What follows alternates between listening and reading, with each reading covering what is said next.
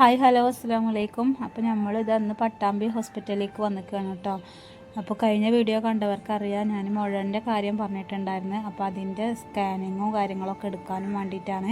ഇപ്പോൾ ഞാൻ ഇവിടെ സർജൻ ഡോക്ടർ ഉണ്ട്, അപ്പോൾ ആ ഡോക്ടറിനെ കാണിക്കാൻ വേണ്ടിയിട്ട് എല്ലാവരും കമൻറ്റിൽ എഴുതിയിട്ടുണ്ടായിരുന്നു വേദന ഇല്ലാത്ത മുഴയാണ്, സൂക്ഷിക്കണം എന്നൊക്കെ പറഞ്ഞിട്ടുണ്ടായിരുന്നു. അപ്പോൾ അത് കാണിക്കാം. അപ്പോൾ തന്നെ ഞങ്ങൾ പിറ്റന്നാൾ തന്നെ ഞങ്ങൾ ഹോസ്പിറ്റലിലേക്ക് പോന്നു കേട്ടോ. അപ്പോൾ നമ്മളിതാ നല്ല തിരക്കുണ്ടായിരുന്നു. അപ്പോൾ ഇത്രയും തിരക്കുണ്ടായിരുന്നു, 115 ടോക്കൺ കിട്ടിയത്.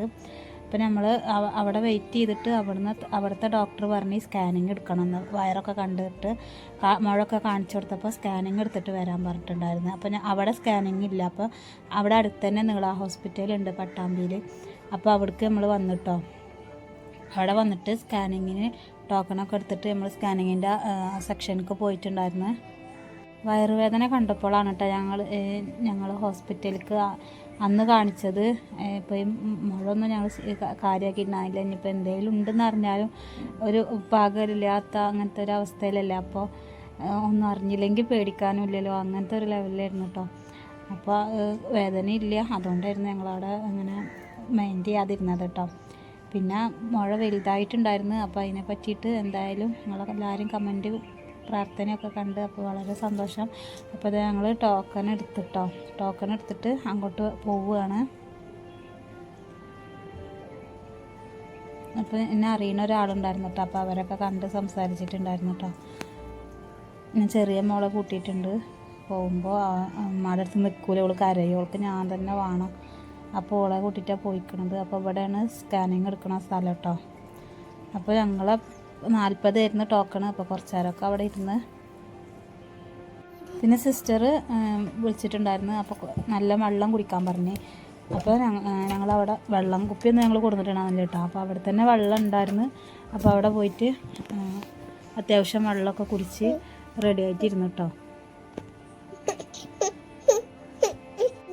ഈ കാണെങ്കിൽ ഭയങ്കര ടെൻഷനാണ് കേട്ടോ. ഏതാണെന്നൊന്നും അറിയാത്ത കാരണം ഭയങ്കര ടെൻഷനാണ്. എന്താ ടെൻഷൻ, അങ്ങനെ നമ്മൾ ടെൻഷൻ അടിച്ചിരുന്നിട്ട് അവസാനം റിസൾട്ട് വന്നിട്ടോ. അപ്പോൾ റിസൾട്ടിൽ ഇതാ ഇങ്ങനെയാണ് പറയുന്നത്. സാധാരണ പ്രധാനമായിട്ടും പറയുന്നത് രക്തത്തിൽ യൂറിക് ആസിഡ് അധികമായിട്ടാണ് കാണുന്നത്.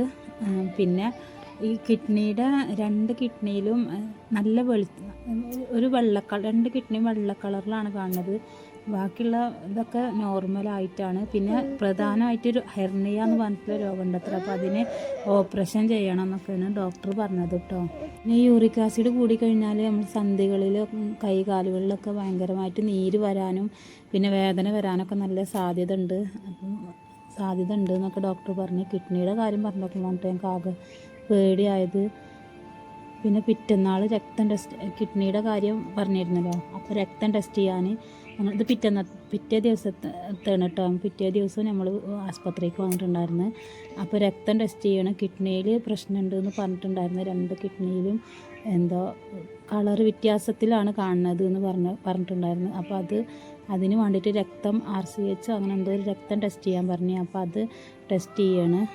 അപ്പോൾ അതിന് വേണ്ടിയിട്ട് നമ്മൾ പട്ടാമ്പിക്ക് തന്നെയാണ് കേട്ടോ വന്നത്, ഗവൺമെൻറ് ആശുപത്രിക്ക്. അപ്പോൾ ആ കിഡ്നിയുടെ കാര്യമായ അതുകൊണ്ട് ഞങ്ങൾക്ക് ഭയങ്കര ടെൻഷനായിരുന്നു. മറ്റേ ഹെർണിയ രോഗമാണ്, ആ മുഴയുടെ കാര്യം ഹെർണിയയാണ്. അപ്പോൾ അതിന് ഓപ്പറേഷൻ തന്നെ വേണമെന്ന് പറഞ്ഞിട്ടുണ്ടായിരുന്നു. ഇനിയിപ്പോൾ ഈ ഹോസ്പിറ്റലിൽ ഉണ്ടോയെന്ന് അറിയില്ല, അല്ലെങ്കിൽ തൃശ്ശൂർ മെഡിക്കൽ കോളേജിലേക്ക് പോയിട്ട് ഓപ്പറേഷൻ. ഹീമോഗ്ലോബിൻ്റെ യൂറിക് ആസിഡ് അത് കൂടുതലായ കാരണം ഭക്ഷണത്തിലൊക്കെ നിയന്ത്രണം വേണമെന്ന് പറഞ്ഞിട്ടുണ്ട്. പിന്നെ കനമുള്ളതൊന്നും എടുത്ത് പൊക്കരുതെന്നും പിന്നെ ഒക്കെ പറഞ്ഞിട്ടുണ്ട് കേട്ടോ. അപ്പോൾ രക്തത്തിന് നമ്മൾ 1.5 മണിക്കൂർ വെയിറ്റ് ചെയ്യണം പറഞ്ഞ്. അപ്പോൾ എന്തെങ്കിലും കഴിക്കാൻ വേണ്ടിയിട്ട് പോവുകയാണ് കേട്ടോ. എന്തെങ്കിലും കുടിക്കാൻ മോള് കരയായിരുന്നു. അപ്പോൾ നമ്മൾ വെള്ളമൊന്നും കൊണ്ടുപോയിട്ടുണ്ടായിരുന്നില്ല, രാവിലെ പോകുന്നതല്ലേ. അപ്പോൾ എന്തെങ്കിലും വാങ്ങിക്കൊടുക്കാനും വേണ്ടിയിട്ട് പുറത്തേക്ക് ഇറങ്ങിയതാണ്. ഭക്ഷണത്തിൽ എന്തോ ഇറച്ചി, ബീഫ് അങ്ങനെയുള്ളതൊന്നും കഴിക്കരുത്. പിന്നെ കടൽമീൻ അങ്ങനെയൊക്കെ, ചീര, കടല, തക്കാളി അങ്ങനെയൊക്കെ അതൊന്നൊക്കെ കുറച്ച് കുറക്കാൻ പറഞ്ഞ്, ധാരാളം വെള്ളം കുടിക്കാനൊക്കെ പറഞ്ഞ് ഡോക്ടർ കേട്ടോ. അപ്പോൾ അതവിടെ ട്രെയിന് പോകുന്നുണ്ടായിരുന്നു. അപ്പോൾ അതൊന്ന് നിങ്ങൾക്ക് കാണാമല്ലോ എന്ന് വിചാരിച്ചിട്ട് എടുത്താവാണ് കേട്ടോ വീഡിയോ. അപ്പോൾ ആകെ ടെൻഷനാണ് കേട്ടോ. അപ്പോൾ എല്ലാവരും ഒന്ന് പ്രാർത്ഥിക്കുക, എല്ലാവരും ദുആയിൽ ഉൾപ്പെടുത്തണം. പിന്നെ സർജറി എന്തായാലും വേണം, ഹെർണിയയാണ് മുഴ. അപ്പോൾ അതിൻ്റെ കാര്യം നമ്മളിന്ന് അറിഞ്ഞ് സ്കാനിങ് കഴിഞ്ഞ് രക്തം ടെസ്റ്റ് ചെയ്യാൻ കൊടുത്ത്, രക്തം ടെസ്റ്റ് ചെയ്യാനുള്ള റിസൾട്ട് കുറച്ച് കഴിഞ്ഞാലേ കിട്ടുള്ളൂ കേട്ടോ.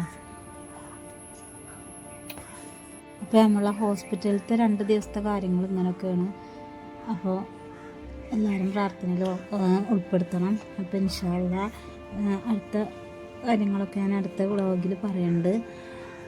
അപ്പോൾ ഞാൻ ഇത്ര ഒന്ന് വീഡിയോ എടുത്തിട്ടുള്ളൂ കേട്ടോ. ഫോണിൽ ചാർജൊന്നും ഉണ്ടായിരുന്നില്ല, രാവിലെ പെട്ടെന്ന് തന്നെ പോകുന്ന കാരണേ. അപ്പോൾ ശരി, എല്ലാവർക്കും അസ്സലാമു അലൈക്കും.